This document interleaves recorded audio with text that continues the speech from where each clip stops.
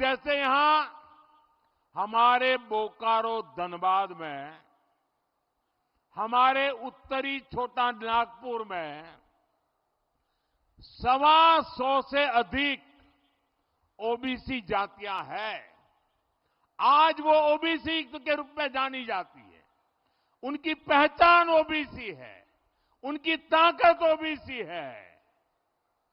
और ये 125 जातियां, जैसे यहां यादव है, कुड़मी महतो है, तेली है, कोयरी कुशवाहा है, नोनिया है, बिंद है, सोनार है, राजभर है, प्रजापति कुम्हार है, माली है, मल्लाह है, पासी है, लोहार विश्वकर्मा है, चौहान है, नाई नाऊ है, बुइयार है। तेली को कोयरी कुशवाहा से, नोनिया को बिंद से, सोनार को लोहार से, राजभर को प्रजापति कुम्हार से, माली को मल्लाह से, पासी को चौहान से, नाई नाव को भुइयार से और भुइयार को कहार चंद्रवंशी से ये आपस में लड़ाना चाहती है। ये चाहते हैं कि ओबीसी की छोटी छोटी जातियां खुद को ओबीसी मानना छोड़ दे और अपनी अपनी जातियों में ही उलझे रहे। मैं जरा आपसे पूछना चाहता हूं, क्या आप चाहते हैं कि यहां का ओबीसी समाज भी 125 टुकड़ों में टूट जाए? आपको मंजूर है? पूरी ताकत से बताइए, मंजूर है? ऐसा अगर टूट गए तो आपकी आवाज कमजोर होगी कि नहीं होगी? कोई भी नहीं चाहता है कि समाज बिखरे, समाज छोटे छोटे टुकड़ों में बढ़ जाए। और इसलिए हमें ये हमेशा याद रखना है, एक रहेंगे तो सेफ रहेंगे, एक रहेंगे तो एक रहेंगे तो एक रहेंगे तो साथियों, झारखंड के नौजवान बहुत बड़ी संख्या में सेना में है। जम्मू कश्मीर में आतंक के दौर में हमने अनेक जवानों को खोया है। इसका बहुत बड़ा कारण जम्मू कश्मीर में 370 की दीवार थी। मोदी ने 370 की उस दीवार को हमेशा हमेशा के लिए जमीन में गाड़ दिया है।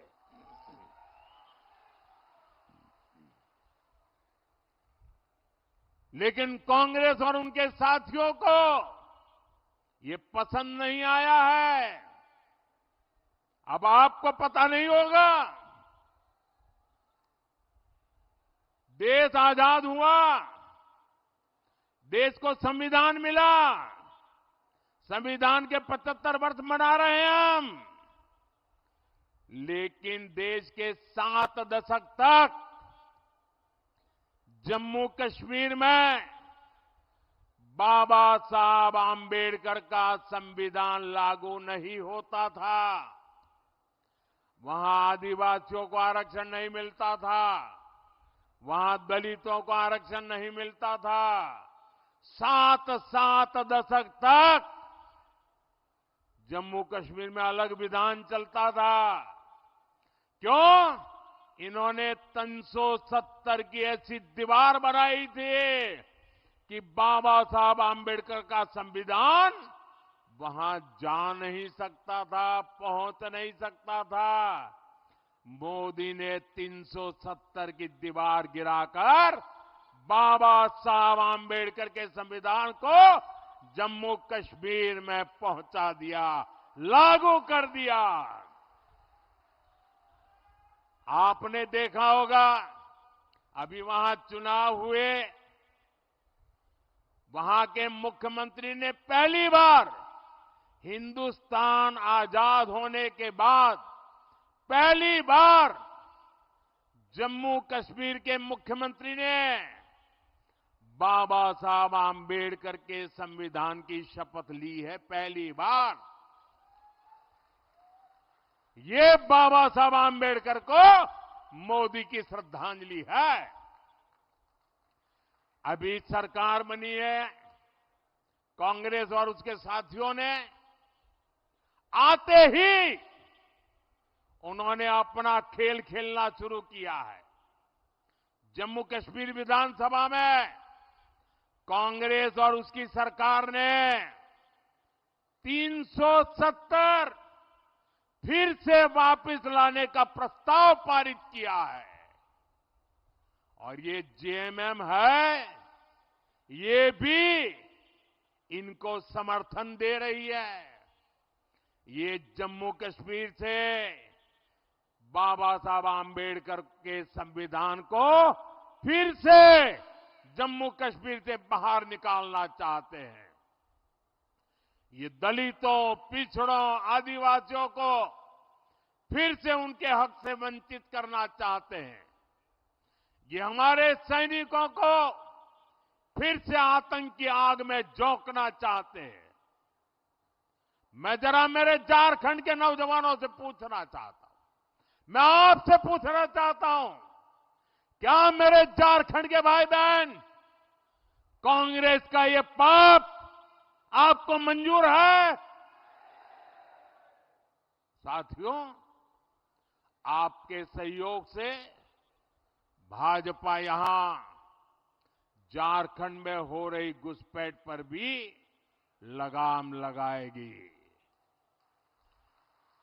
आपकी बेटियां सुरक्षित हो, आपकी जमीन सुरक्षित हो, इसके लिए यहां भाजपा एनडीए की सरकार बहुत जरूरी है। साथियों, हमें ऐसा झारखंड बनाना है जो देश के टॉप के समृद्ध राज्यों में गिना जाए। हमें मिलकर झारखंड के हर परिवार तक समृद्धि पहुंचानी है। और इसलिए मैं आपके आशीर्वाद मांगने आया हूं, मैं आपकी मदद मांगने आया हूं। इसलिए आपको भाजपा, आजसू, जेडीयू और एलजेपी के उम्मीदवारों को भारी मत से विजयी बनाना है। और आपको, मेरे लिए तो आप ही मोदी है, और आपको मोदी के नाते ही घर घर मेरा ये संदेश पहुंचाना है। आप घर घर जाएंगे, पक्का जाएंगे, रोटी, माटी और बेटी की पुकार पहुंचाएंगे। साथियों, आप इतनी बड़ी संख्या में आए, हमें आशीर्वाद देने पहुंचे, मैं आपका हृदय से बहुत बहुत आभार व्यक्त करता हूं। मेरे साथ बोलिए, भारत माता की, भारत माता की, भारत माता की। बहुत बहुत धन्यवाद।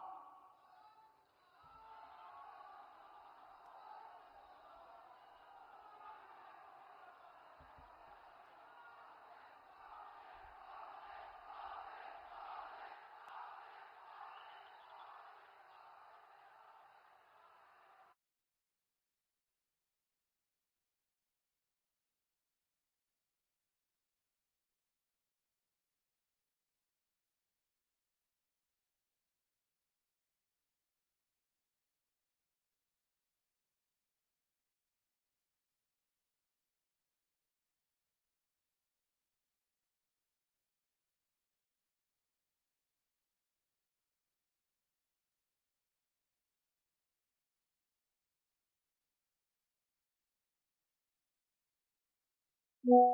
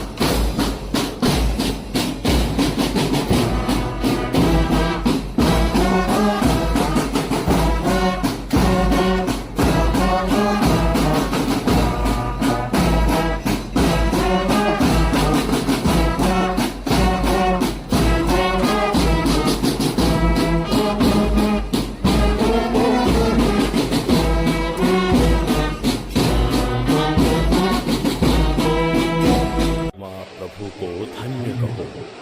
मेरे प्रभु, उसके पवित्र नाम की स्तुति करो।